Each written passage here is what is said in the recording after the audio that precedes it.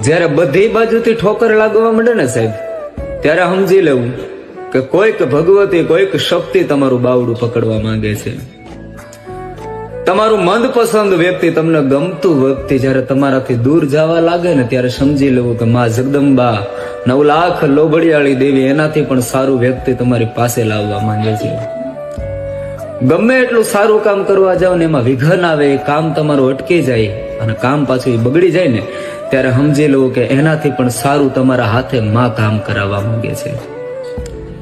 અને બધી બાજુથી હારી જાવ, તમને એવું લાગતું હોય કે હવે હું કઈ કારણ નથી, કોઈ કઈ લેવા દેવા વગરનું મારું મન મૂંઝાઈ જાય છે, હું હાવ હારી ગયો એવું લાગે છે, તે સમજી લેવું કે તમારો સુખનો સૂરજ બહુ વહેલી તકે ઉગવાનો છે.